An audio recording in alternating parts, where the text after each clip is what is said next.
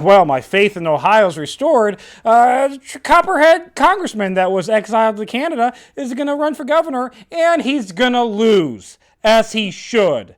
Thank you, Ohio, for at least having some semblance of intelligence.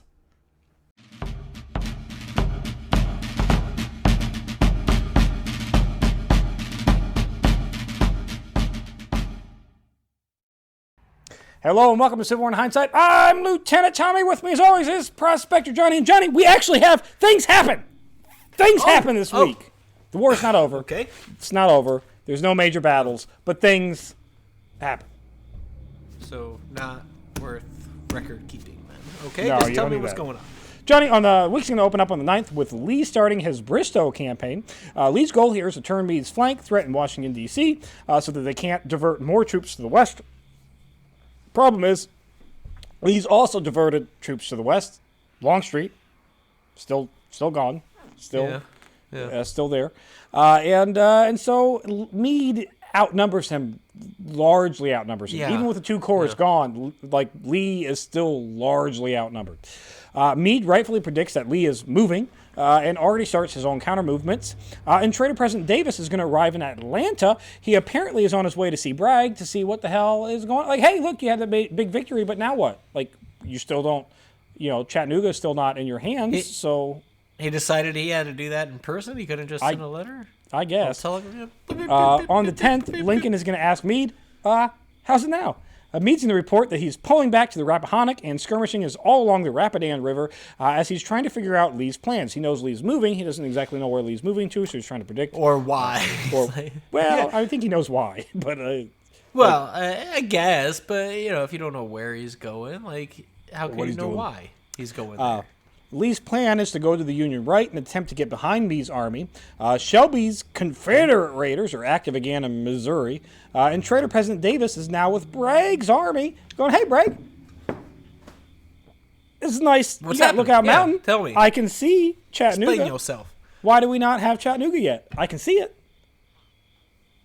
Why don't you have it? But now, we did a little trip down there, right? Yes. And I've seen it from the top of that little mountain area. I can see why you haven't taken it. How do you get down there?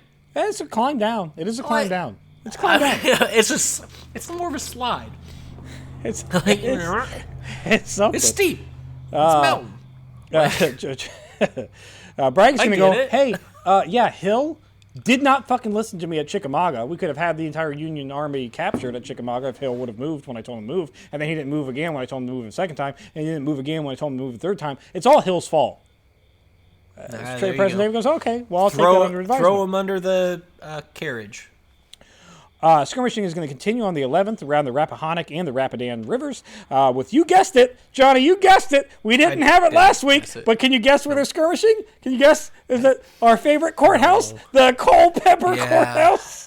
That's the one. Culpeper? Is that? I got to learn that name eventually, right? Yeah, it's we talk about it every week. Like, I know which one you're talking about, but it's like one of those things. It's just whoop in one ear, out the other. I hear about it so much. Nothing ever happens there. People just, I don't know. People die for nothing.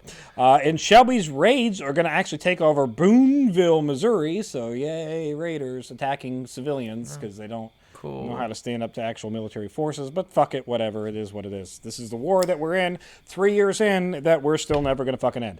On the 12th, Lincoln is going to, again, ask Meade, any news this morning? Hey, what's going on, buddy? Plans? Yeah, did he have to travel to meet him in person to do that? No, he's sending telegrams.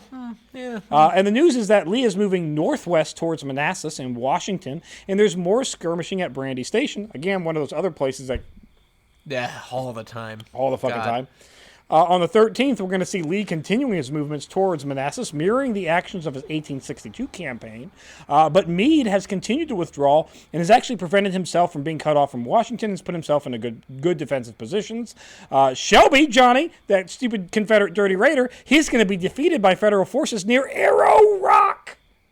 So I guess you can't stand up. So as soon as he came across actual military forces instead of civilians that he was just raping and pillaging, that didn't go well for him. Yeah, although Shelby's not killed or anything, so it's a hollow victory. But we're almost. Was he captured? No. Did we? No, we just. So nothing happened. He turned around. Yeah, pretty much. He stopped. He put a pause on the pillaging. Yep.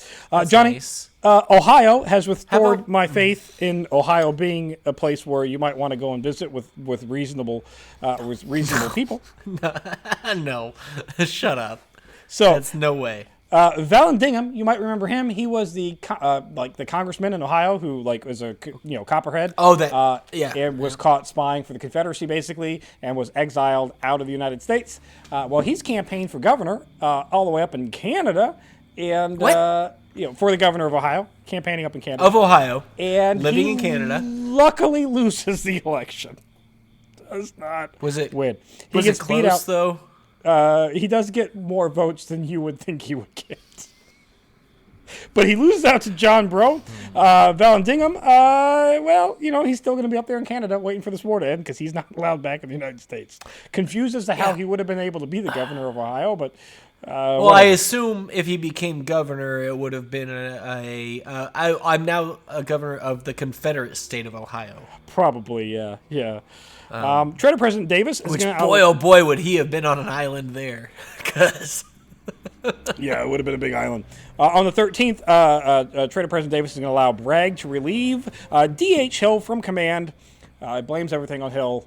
Hill's removed from command. Oh, so it worked. All of the throwing him under the carriage, that worked. It worked. Yeah, it worked. Hey, good job. On the 14th, A.P. Hill, different Hill, of the Confederates, is going to hit the rear retreating units of Meade's army of the Potomac at Bristow Station. Meade's rear guard is actually going to hold their own. They're going to give Meade time to organize his lines around Centerville. Lee is going to be unable to rally his forces enough to attack the center of Meade's redeploying lines. Although this all turns out to basically be another Battle of Bull Run or Manassas, whichever way you want to fucking call it. Who won? Almost becomes the third Battle of Manassas. Does not become the third Battle of Manassas. At this point, Meade's given enough warning, redeploys. He is dug in. Okay. It is good. Lee looks at that and goes, I don't want to hit that. Yeah, no thanks.